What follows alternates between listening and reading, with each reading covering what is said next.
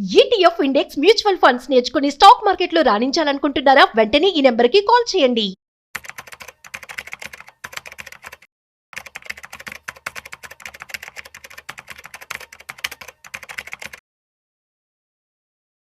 నమస్తే, welcome to Vishnu talks.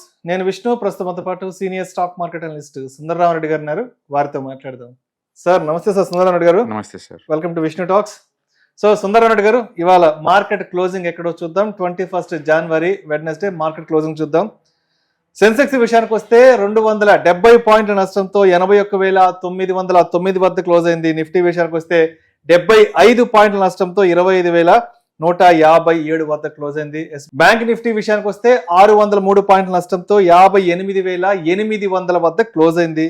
So Sundararamareddy గారు, దాదాపు 4 నెలల తర్వాత నిఫ్టీ ఇవాళ 25,000 మార్క్ లో మార్కెట్ టచ్ అవ్వడం జరిగింది. అంటే 25,000 లోకి రావడం జరిగింది.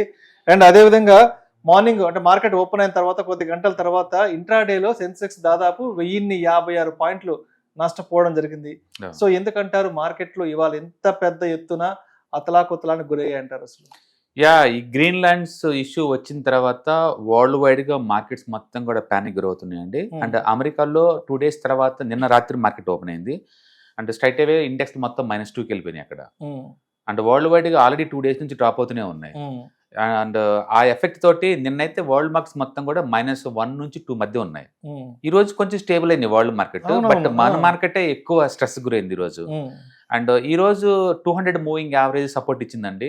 అండ్ ఒక పాయింట్ ఆఫ్ టైం అది కూడా బ్రేక్ డౌన్ అవుద్దేమో అనిపించింది. మళ్ళీ పైకి కొంచెం పైన క్లోజ్ అయింది. మొత్తానికి డూ ఆర్ డై సినారియో అనమాట. 200 మూవింగ్ యావరేజ్ అంటే మన already 20 moving average break down అయింది, 50 మూవింగ్ యావరేజ్ బ్రేక్ డౌన్ అయింది. ఇప్పుడు 200 మూవింగ్ యావరేజ్ సపోర్ట్ లో ఉంటుంది. ఇప్పుడు మీరు 200 మూవింగ్ యావరేజ్ అంటున్నారు కదా. అంటే ఇప్పుడు 200 మూవింగ్ యావరేజ్ అనగానే మనం అంటే ఇప్పుడు మార్కెట్లు కొంత బేరిష్ లోకి వెళ్ళాయంటారా? బేర్ పంజాలోకి మార్కెట్లు టచ్ అవుతున్నాయని చెప్పుకోవచ్చు అంటారా అన్నమాట? టెక్నికల్ గా 200 మూవింగ్ యావరేజ్ కన్నా కింద ఉంటే మెయిన్ ఇండెక్స్ మొత్తం literally you are into the bear market. Okay.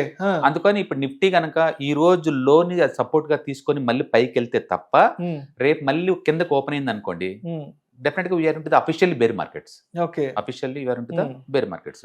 అంటే లాస్ట్ 1 month లో ఆల్ టైమ్ హై వెళ్ళింది, 4 months లోకి వెళ్ళింది. అంటే దాన్ని బట్టి ఊహించండి, విత్ ఇన్ 1 month లోనే ఆల్ టైమ్ హై బ్రేక్అవుట్ అయింది, మళ్ళీ అదే టైంలో బ్యాక్ వెళ్ళింది. అంటే ఇది బ్రేక్అవుట్ ఫెయిల్యూర్ అయింది. టూ మచ్ ట్రాపింగ్ చేస్తున్నారు అనమాట. అండ్ స్టాక్స్ చూస్తే అది మనం బ్లూ చిప్ లో సేఫ్టీ ఉంటుంది, చిన్న వాటిలో సేఫ్టీ లేదు, దానికి ఏమీ లేదండి.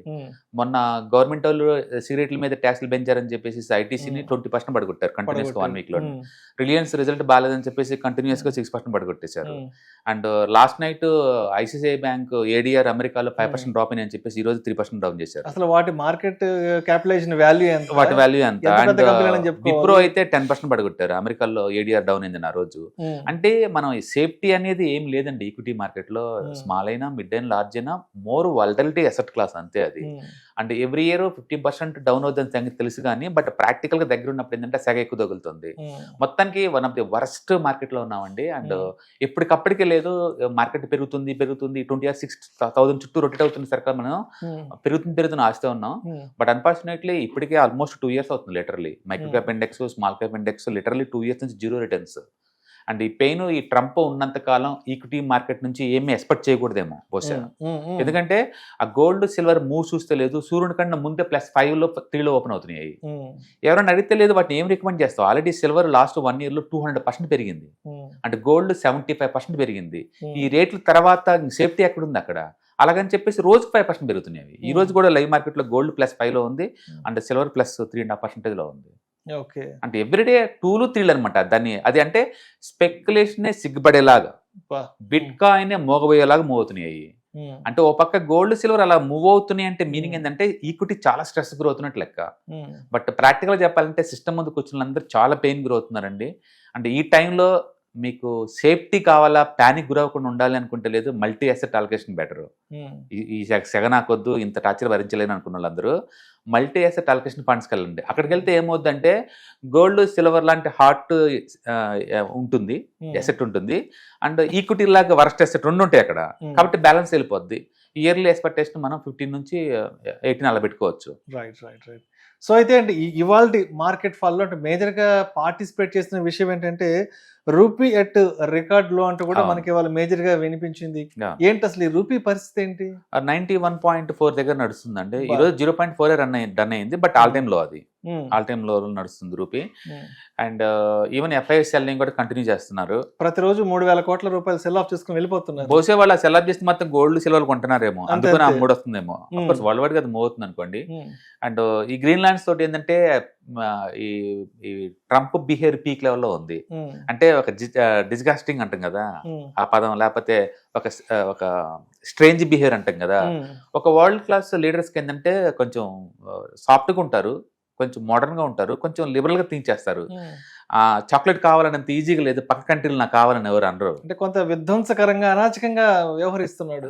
నాకు తెలిసి ఐక్యూ 0 కన్నా మైనస్లో ఉంటుందండి. ఉమ్, మామూలుగా అయితే నార్మల్ హ్యూమన్ బీయింగ్స్కి 80-70 ఉంటుందంట కదా. నాకు తెలిసి అది కూడా ఉంటుంది ట్రంప్కి. పొద్దున్న లేదు అది పెడుతున్నాడు. ఆ నోబెల్ బహుమతి నాకు ఇవ్వలేదు కాబట్టి ఇక నుంచి నేను అమెరికా తరఫున మాట్లాడతానని చెప్పేసి నార్వే వాళ్ళకి లెటర్ రాసినంత నెసరీ ఏముందండి దాంట్లో. దానికి గెలుకోవాల్సిన అవసరమే ఉంది. అంటే మనకి వీళ్ళ పర్సనాలిటీ ఏ టైప్ మనకు అర్థం అవుద్ది ఇలాంటి వాటి వల్ల. దరిద్రం ఏంటంటే 2026లో కూడా ఇంటర్నేషనల్ ఆర్గనైజేషన్ ఏవి కూడా అన్ని సైలెంట్గా ఉన్నాయి. ఏ కంట్రీ వాళ్ళు కూడా ఆ కంట్రీ స్వార్థం చూసుకుంటున్నారు. ఇంకా డెమోక్రసీ ఏముందో దానికి అర్థం కావట్లేదు. యాక్చువల్ చెప్పాలంటే ఇప్పుడు ట్రంప్ చేసే నిర్ణయాలు చూస్తే లేదు, అతను ఎంత చేసాడు అనిపిస్తుంది మనకి. అతను ఇంకేం అరాచకాలు చేసాడేమో అనిపిస్తుంది మనకి. అంటే ట్రంప్ వచ్చిన సెకండ్ టర్మ్ లో దాదాపు సంవత్సర కాలంలో దాదాపు 10 దేశాల మీద బాంబు దాడులు, 10 దేశాల మీద ఆయన అవును చాలా కక్షపూరితంగా వ్యవహరించాడు. అవును బట్ మళ్ళా ఆయన నాకు నోబెల్ శాంతి బహుమతి ప్రకటించాలి, నేను అవును. చాలా శాంతియుతమైన ఒప్పందాలు చేసుకుంటానంటూ మళ్ళీ ఆయన మాట్లాడారు. అంటే ఈ పొలిటికల్ లీడర్లో బాడీ లాంగ్వేజ్ ఎలా ఉంటుందంటే 100 పచ్చి అబద్ధాలు పలికితే 100 సార్లు అది నిజం కింద లెక్క అనమాట. బై డిఫాల్ట్ ప్రపంచం నమ్మిద్ది, అది నిజమని నమ్ముతారు. ఇప్పుడు పాకిస్తాన్ ఇండియా వారు మేము ఆపేశాను అన్నాడు. ఒకసారి అంటే క్యాజువల్, 2 సార్లు అంటే టంగ్ స్లిప్ అనుకోవచ్చు, 3 సార్లు 4 సార్లు 5 సార్లు 45 సార్లు అండి. టంగ్ స్లిప్ ఎలా అవుద్ది? అది ఒక వార్ అంటే అది ఆనాపాడంట. ఇట్లాంటి డైలాగులన్నీ కొడుతున్నాడు. మొత్తానికి ఏదన్నా కానీ నాటో అండ్ అమెరికా మధ్య గ్యాప్ చూశారు, అది టెరిఫిక్ అనమాట. అది ఎంత అంటే ఇక ప్యానిక్ పీక్ లెవెల్ అనమాట. ఇప్పుడు ఏమవుతుందంటే ఇప్పుడు ఆ గ్రీన్ ల్యాండ్స్ నాకు కావాలి అంటున్నాడు. రెచ్చగొట్టే పద్ధతి కూడా చూసారా? ట్వీట్లో ఆయన ఫోటో పెట్టుకోవటాలు, గ్రీన్ ల్యాండ్స్కి అమెరికా జెండా తగిలించడాలు. ఒక వరల్డ్ క్లాస్ లీడర్కి ఉండాల్సిన క్వాలిటీస్ కదా అవన్నీ. మొత్తానికి ఏమవుతుందంటే యూరోప్ అమెరికా నుంచి డిస్టెన్స్ అయ్యే ఛాన్స్ ఎక్కువ ఉంది. వరల్డ్ వైడ్గా అన్సర్టనిటీ ఎక్కువ వచ్చే ఛాన్స్ ఉంది. అండ్ ముందు రోజుల్లో అణుబాంబులు అణువాయుధాలు లేకుండా సస్టైన్ అయ్యే పరిస్థితి ఉండదు. వీటన్నిటి వల్ల ఏంటంటే అన్సర్టనిటీ ఎక్కువ అవుతుంది. అందుకని అల్ట్రా రిచ్ పీపుల్ అందరూ ఏంటంటే మన అసెట్స్ సేఫ్టీ ఎక్కడ ఉందని చెప్పేసి మొత్తం కూడా లేదు, గోల్డ్ సిల్వర్కి షిఫ్ట్ చేస్తున్నారు. లేకపోతే మార్నింగ్ ఎవ్రీడే 4-5% లేదండి బాబు. బ్యాంకులో పెడితే సంవత్సరం మొత్తం మీద వచ్చి 6%, ఈ సిల్వర్లో పెడితే 1 డేలో వస్తుంది. ఏందా ర్యాపిడ్ మూవ్స్, అది చాలా వాలటైల్ మూవ్స్ అనమాట అవన్నీ. కాబట్టి ప్రపంచం టూ మచ్ ప్యానిక్ లో ఉంది అంటానికి ఎగ్జాంపులే ఆ 2 పరిగెత్తడం అనమాట. ఎందుకంటే ఇండస్ట్రియల్ డిమాండ్ ఉంది కాదనం సిల్వర్ కి, బట్ ఈ రేంజ్ లో విత్ ఇన్ 1 మంత్ లో 100% వచ్చేంత డిమాండ్ అయితే ఖచ్చితంగా కాదు కదా. అందుకని స్పెక్యులేషన్ కూడా సిగ్గుపడుతుంది, ఆ రేంజ్ లో మూవ్ అవుతున్నాయి. అదే టైంలో ఈక్విటీలో కూడా ఆ రేంజ్ లో సెల్ జరుగుతుంది ఈ వైపు. సో అయితే ఇవాళ అసలు బ్యాంక్ నిఫ్టీ పరిస్థితి ఏంటి? బ్యాంక్ స్టాక్స్ కూడా చాలా ఫాల్ అయితే మేజర్ గా ఇవాళ ఫాల్ లో పార్టిసిపేట్ చేసాయి. యాక్చువల్గా మొన్న సండే కల్లా ఏం జరిగిందంటే నిఫ్టీ హెవీ వెయిట్స్ ఏతో ఉన్నాయో, రిలయన్స్ రిజల్ట్ వచ్చింది, ఐసిఐసిఐ బ్యాంక్ రిజల్ట్ వచ్చింది, అండ్ మిగతా బ్యాంక్స్ ఉన్నాయి కదా, హెచ్డిఎఫ్సి బ్యాంక్ రిజల్ట్ వచ్చినాయి. ఇవన్నీ ఒక రిజల్ట్ వచ్చి ఇన్ఫోసిస్ వచ్చింది, టీసీఎస్ వచ్చి రిజల్ట్ అన్ని వచ్చేసింది అనమాట ఒకేసారి. వచ్చినప్పుడు మండే మార్కెట్లో ఏంటంటే రిలయన్స్ సింగిల్ డిజిట్ గ్రోత్ చాలా డిసప్పాయింట్ చేసింది. అండ్ ఐసిఐసిఐ బ్యాంక్ అయితే వాళ్ళు ప్రాఫిట్ అనుకున్న దానం తగ్గింది. ఇక దాంతో ఏంటంటే మార్కెట్ బాగా డిసప్పాయింట్ అయింది. అప్పటి నుంచి ఐసిఐసిఐ బ్యాంక్ పట్టణం స్టార్ట్ అయింది. మీరు బాగా చూసారనుకోండి, ఎస్బీఐ పెరుగుతుంది, యాక్సిస్ పెరుగుతుంది, కొటాక్ పెరుగుతుంది, హెచ్డిఎఫ్సి ఈ 2 ఇన్క్లా అవుతున్నాయి, హెవీ వెయిట్స్ అన్ని ఇన్క్లా అవుతున్నాయి. దాంతో మండే ట్యూస్డే 3 రోజుల నుంచి బ్యాంక్ నిఫ్టీ పడుతుంది. బట్ స్టిల్ ఇండియాలో ఈ పాయింట్ ఆఫ్ టైంలో టాప్ మోస్ట్ బాగా స్ట్రాంగ్ ఉన్న సెక్టర్ అంటే మెటల్ ఇండెక్స్, ఆ తర్వాత పిఎస్సి బ్యాంక్స్, ఆ తర్వాత ప్రైవేట్ బ్యాంక్స్, ఆ తర్వాత మైక్రో ఫైనాన్స్. ఇప్పటికీ ఫినాన్స్ స్ట్రాంగ్ గా ఉంది ఎంటైర్ ఇండియాలో మిగతా సెక్టర్స్ తో పోల్చుకుంటే ఇప్పుడు ఈ పాయింట్ ఆఫ్ టైం లో కూడా. అండ్ అదేవిధంగా ఇండియా విఎక్స్ కూడా పరిస్థితి ఏంటి అసలు? ఈ రోజు 10% అండి, అది 2 days నుంచి ఇప్పుడు పెరుగుతూనే ఉంది. బట్ ఎంత పెరిగినా బిలో 30 ఉంది, ఇట్స్ నార్మల్ అది. బట్ ఏదైనా సరే విఎక్స్ 10% పెరగడం అనేది పానిక్ లెవెల్ అనమాట. అది ఎంటైర్ మార్కెట్ చాలా పానిక్ అవుతుంది. Small caps, micro cap, SME stocks అయితే మరీ బ్లడ్ పడుతుంది అంటే తక్కువ పదం ఆడినట్లు లెక్క. టూ మచ్ బ్లీడింగ్ అండి. బెటర్ ఏంటంటే 50% ETFs కి మ్యూచువల్ ఫండ్స్ షిఫ్ట్ చేయండి. అవి పడవంటే అవి పడతాయి, బట్ ఇంత ఈ బ్లడ్ తో పోల్చుకుంటే ఆ డ్రాపింగ్ చాలా సేఫ్టీగా ఉంటుంది అనమాట. ఈక్విటీ మార్కెట్ మరీ టూ మచ్ గా టైర్ అయిందండి. అంటే దాన్ని భరించడం ఎవరికైనా కొంచెం కష్టం ఈ పాయింట్ ఆఫ్. అయితే ఇప్పుడు ట్రంప్ ఫియర్స్ గ్లోబల్ మార్కెట్స్ కి పెద్ద ఎత్తున ఉన్నాయి. మన ఇండియన్ మార్కెట్స్ కూడా ట్రంప్ ఫియర్స్ తో కొంత అనిశ్చితి, కొంత వాలటాలిటీ ఉంది. కాబట్టి ఈ టైంలో పర్టికులర్ గా ఏ సెక్టార్స్ బాగా దెబ్బతినే అవకాశం ఉందంటారు ఈ ట్రంప్ భయాల వల్ల? బేసికల్గా సెక్టర్ స్పెసిఫిక్ మనం మాట్లాడలేమండి. ఎందుకంటే కొన్ని సపోజ్ టెక్స్టైల్స్ ఉంది అనుకోండి, ఆల్రెడీ బాగా డ్రాప్ అయినండి, ఇంకా ఫర్దర్ డ్రాప్ అవడానికి ఏం లేదు. బట్ అదే టైంలో ఇంటర్నేషనల్ లెవెల్లో మనం అందరితో టైప్ అవుతున్నాం. లైక్ ఇప్పుడు ఈవెన్ యూరోపియన్ యూనియన్స్ తో కూడా టైప్ కాబోతున్నాం. యూరోపియన్ యూనియన్ జనాభా ఆల్మోస్ట్ 70 కోట్లు, పెద్ద మార్కెట్ అది. అండ్ రష్యా వాళ్ళతో కూడా టైప్ అయ్యాం, ఆల్రెడీ న్యూజిలాండ్తో టైప్ అయ్యాం, ఆస్ట్రేలియాతో కూడా టైప్ అయ్యాం, ఎక్సెప్ట్ అమెరికా అన్నిటితో టైప్ అవుతున్నాం. కాబట్టి ఇప్పుడు ఏదైతే ప్యానిక్ లో అనిపించినాయి అవన్నీ కూడా రికవరీ ఛాన్స్ ఎక్కువ ఉంది. అండ్ రెండోది ఎకానమీ చాలా స్ట్రాంగ్ టైర్ అవుతుంది. ఈవెన్ ఎక్స్టర్నల్ ప్రెజర్స్ ఉన్నా సరే ఈ పాయింట్ ఆఫ్ టైంలో. అండ్ ఎవ్రీ ఇయర్ మన లిటరలీ 1 ట్రిలియన్ జీడిపిని మనం యాడ్ చేయబోతున్నాం నెక్స్ట్ కపుల్ ఆఫ్ ఇయర్స్ వరకు కూడా. అదన్నీ బ్రాడ్ పాయింట్ ఆఫ్ లో అనమాట. But short term point of లో మాత్రం ఈ ప్యానిక్ భరించాల్సిందే. అందుకని ఎవరైనా సరే నాకు ఈ స్ట్రెస్ నాకు వద్దు అనిపించింది అనుకో, మీకు సింగిల్ అసెట్ ఎప్పుడు స్ట్రెస్ ఏనండి. మనం గోల్డ్ చూసి మురిసిపోవాల్సిన పని లేదు, ఈక్విటీ చూసి పెయిన్ గురవాల్సిన అవసరం లేదు. మీరు సింగిల్ అసెట్ క్లాస్ లో కనుక్కుంటే పెయిన్ ఖచ్చితంగా ఉంటుంది. అది ఒక్కోసారి లక్ వల్ల అది అటు తారుమారు అవుతుంటది. నాకు మల్టీ అసెట్ లో ఉంటే ఇంత పెయిన్ ఉండదు మీకు. ఓకే, అండ్ మీకు భరిస్తారు అనుకుంటే మంచి మంచి companies long term point of ఉంచుకోవచ్చు. బట్ ఈక్విటీ మార్కెట్లో ఎవ్రీ ఇయర్ యావరేజ్ మీద 10 to 15% పట్టడం నార్మల్ అనే విషయం ఒప్పుకోవాలి. ఎందుకంటే ఈ పట్టం అనేది లాస్ట్ ఇయర్ అక్టోబర్లో పడింది కదా, మళ్ళీ తర్వాత 4 months లో రికవర్ అయింది కదా, మళ్ళీ మార్చి నుంచి రికవర్ అయింది కదా, మళ్ళీ ఇప్పుడు పడుతున్నా సరే 2 నెలలు రికవర్ అవుతుంది. మార్కెట్ ఎప్పుడు అంతే ఉంటుంది. బట్ అదే టైంలో పోర్ట్ఫోలియో కూడా డ్రాడౌన్ కాకుండా చూసుకోవాలనుకుంటే మాత్రం డెఫినెట్గా సేఫ్ సైడ్ ఉండాల్సిందే. అందుకని ఈక్విటీ మార్కెట్ ఎక్కువ అలకేట్ చేసేసి మిగతా అసెట్ క్లాస్ తక్కువ అలకేట్ చేసిన వాళ్ళకి పెయిన్ ఎక్కువ ఉంటుంది. బట్ మ్యూచువల్ ఫండ్స్లో కూర్చొని సేఫ్టీ ఉంటుంది, ఈటీఎఫ్స్లో తీసుకోండి సేఫ్టీ ఉంటుంది. తక్కువ పడతాయి, మరీ పడవని చెప్పలేదు కానీ తక్కువ పడతాయి. బట్ స్టాక్ స్పెసిఫిక్ మాత్రం అవును టూ మచ్ పడతాయి. రోజు 20% పట్ట మామూలు షేప్ అయిన కొన్ని స్టాక్స్కి అయితే. సో మరి మార్కెట్స్ ఎక్కడ సపోర్ట్ అండ్ రెసిస్టెన్స్ ఎక్కడ తీసుకునే అవకాశం ఉందంటారు? ఇప్పుడు వెరీ క్రూషియల్ లెవెల్లో ఉందండి నిఫ్టీ. అండ్ 200 మూవింగ్ యావరేజ్ సపోర్ట్లో ఉంది. రేపు చాలా ఇంపార్టెంట్. రేపు కనుక అది బ్రేక్ డౌన్ అయిందనుకోండి, ఇక పోర్ట్ఫోలియో క్లోజ్ చేసుకుని సైడ్ కూర్చోవడం బెటర్. నెక్స్ట్ లెవెల్ ఎక్కడ ఉందంటే మళ్ళీ 2500 దగ్గర ఉంది సపోర్ట్. నెక్స్ట్ లెవెల్ నేను చార్ట్లు మీకు షేర్ చేసాను చూడండి. టెక్నికల్గా ఏంటంటే మూవింగ్ యావరేజ్ 3 కన్నా కిందకి వెళ్ళిపోయింది అనుకోండి, చాలా మంది ఇంక బయటకు వెళ్ళిపోతారు. దాన్ని డెడ్ క్యాట్ అంటారు మనం బేసికల్. ఓకే, అంటే డెత్ క్రాస్ దాటింది అంటారు దాన్ని. 200 మూవింగ్ యావరేజ్ కిందకి వెళ్ళిపోతే తిరిగి మళ్ళీ ఎప్పుడు బయటకు వస్తే మనకే తెలియదు. అంటే స్టాక్ పరంగా చూసుకుంటే సూపర్గా ఉంటుంది అనిపిస్తుంది. రిలయన్స్ మంచి కంపెనీ అనుకుంటాం ఇట్లా విడిగా చూసుకున్నప్పుడు. అండ్ ఎకానమీ పరంగా చూసుకుంటే సూపర్, జిఎస్టీ కలెక్షన్ అయినా ఎకానమీ స్ట్రాంగ్ ఉంది అనుకుంటాం. అండ్ బట్ ఓవరాల్ చూసుకుంటే మాత్రం ఆ పడే పద్ధతి చూస్తుంటే చాలా ప్యానిక్, చాలా పెయిన్ అనిపిస్తుంది. అంటే పర్టికులర్గా ఎంటీఎఫ్లో కొన్న అకౌంట్లు కొన్న వాళ్ళందరికీ చాలా పెయిన్, ఫీచర్స్ ఆప్షన్స్ లివరేజ్ ఆడే వాళ్ళకి చాలా పెయిన్ ఉంటుంది ఈ టైంలో.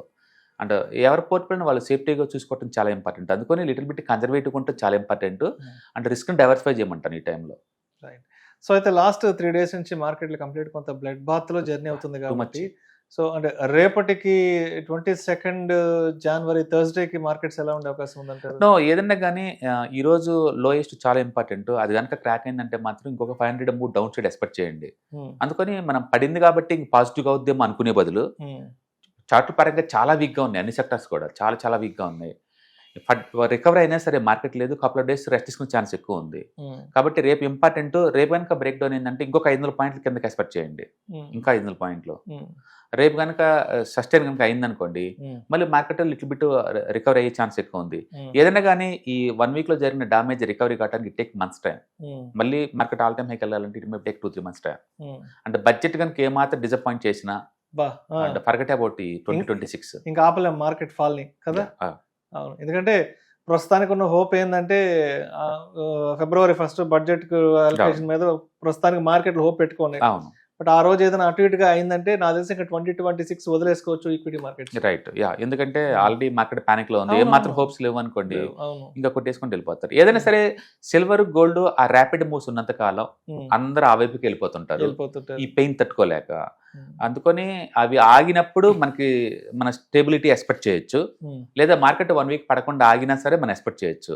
Until then market is bearish అని అనుకోవచ్చు మనం. అందుకని హోప్ అంటే ఏం లేదు ఇప్పుడు. రైట్.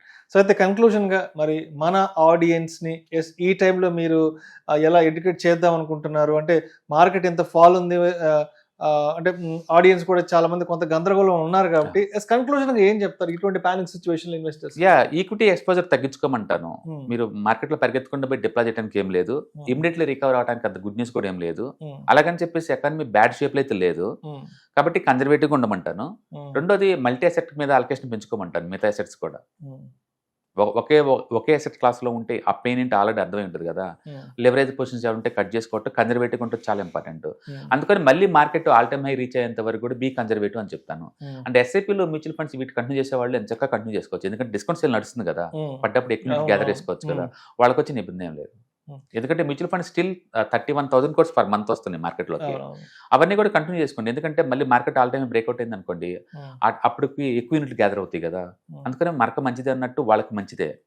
బట్ స్టాక్ స్పెసిఫిక్ పెట్టిన మాత్రం చాలా పెయిన్. అది రిలయన్స్ కావచ్చు, టీసీఎస్ కావచ్చు, విప్రో కావచ్చు, ఏదైనా సరే అన్ని పడిపోయింది. అండ్ ఇంకొక విషయం కూడా స్పష్టంగా చెప్పండి, ప్రస్తుతానికి ఈక్విటీ మార్కెట్స్ మీరు చెప్పినట్టు చాలా బేరిష్ లోకి వెళ్తున్నాయి. ఆల్మోస్ట్ ఆల్ టైమ్ హై నుంచి 85-86 నుంచి ప్రస్తుతానికి మళ్ళీ 81కి వచ్చేసాము. నిఫ్టీ కూడా ఆల్మోస్ట్ ఒక 3-4 months లోకి వచ్చేసేసింది.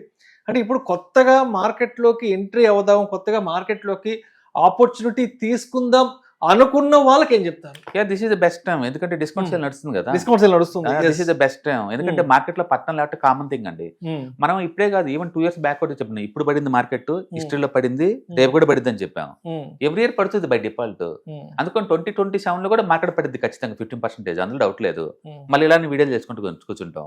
అంటే మార్కెట్ పట్టడం లేవటం అది మామూలు విషయం. కాబట్టి ఇప్పుడు కొంచెం వాలటిలిటీ ఎక్కువైపోయింది, అగ్రెసివ్నెస్ ఎక్కువైపోయింది, ఎందుకంటే ట్రంప్ ట్వీట్స్ వల్ల. అందుకని ట్రంప్ ఉన్నంత కాలం ఏదో ఒక డైలాగ్ పడుతూనే ఉంటాడు. మీరు నిన్న చూసారో లేదో, ఫ్రెంచ్ వాళ్ళ ఆల్కహాల్ మీద 200% ట్యాక్స్ చేస్తా అన్నాడు.